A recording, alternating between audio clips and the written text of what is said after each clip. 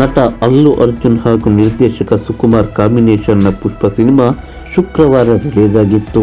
2 ಭಾಗಗಳಲ್ಲಿ ಈ ಸಿನಿಮಾ ಮೂಡಿಬಂದಿದ್ದು, ಮೊದಲ ಭಾಗ ಬಿಡುಗಡೆಯಾಗಿದೆ. ಕರ್ನಾಟಕ, ಆಂಧ್ರ, ತೆಲಂಗಾಣ, ತಮಿಳುನಾಡಿನಲ್ಲಿ ದೊಡ್ಡ ಸಂಖ್ಯೆಯಲ್ಲಿ ಚಿತ್ರ ಪ್ರದರ್ಶನ ಕಾಣ್ತಿದೆ. ಈ ಚಿತ್ರಕ್ಕೆ ಮಿಶ್ರ ಪ್ರತಿಕ್ರಿಯೆ ವ್ಯಕ್ತವಾಗ್ತಿದೆ.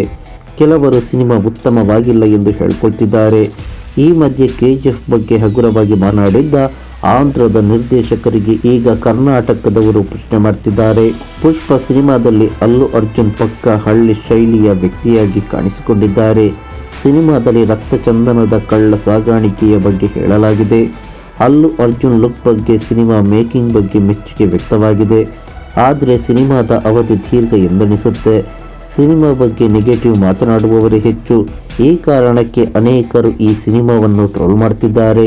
ಈ ಮೊದಲು ಪುಷ್ಪ ಬಗ್ಗೆ ಮಾತನಾಡಿದ್ದ ಉಪ್ಪೇನ ನಿರ್ದೇಶಕ ಬುಚ್ಚಿ ಬಾಬು, ನಾನು ಸಿನಿಮಾದ ಮೊದಲ ಭಾಗವನ್ನು ವೀಕ್ಷಣೆ ಮಾಡಿದ್ದೇನೆ. ಈ ಚಿತ್ರ 10 KGFಗೆ ಸಮ. ಸಿನಿಮಾದಲ್ಲಿ ಬರುವ ಪಾತ್ರಗಳು ತುಂಬಾ ಅದ್ಭುತವಾಗಿ ಮೂಡಿಬಂದಿದೆ.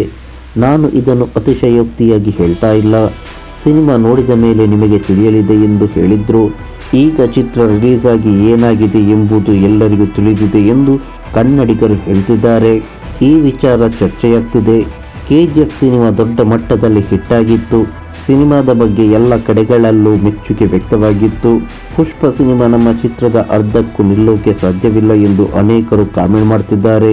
ಸದ್ಯ ಈ ವಿಚಾರ ಬಹುದೊಡ್ಡ ಮಟ್ಟದಲ್ಲಿ ಚರ್ಚೆಯಾಗ್ತಿದೆ. ನಮಸ್ಕಾರ.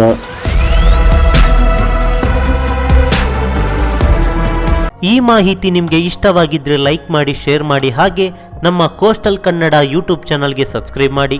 ನಮ್ಮ ಹೆಚ್ಚಿನ ಅಪ್ಡೇಟ್ಸ್ಗಳಿಗಾಗಿ ಕೋಸ್ಟಲ್ ನೆಟ್ವರ್ಕ್ ಇನ್ಸ್ಟಾಗ್ರಾಮ್ ಪೇಜ್ ಹಾಗೆ ಫೇಸ್ಬುಕ್ ಪೇಜ್ಗೆ ವಿಸಿಟ್ ಮಾಡಿ.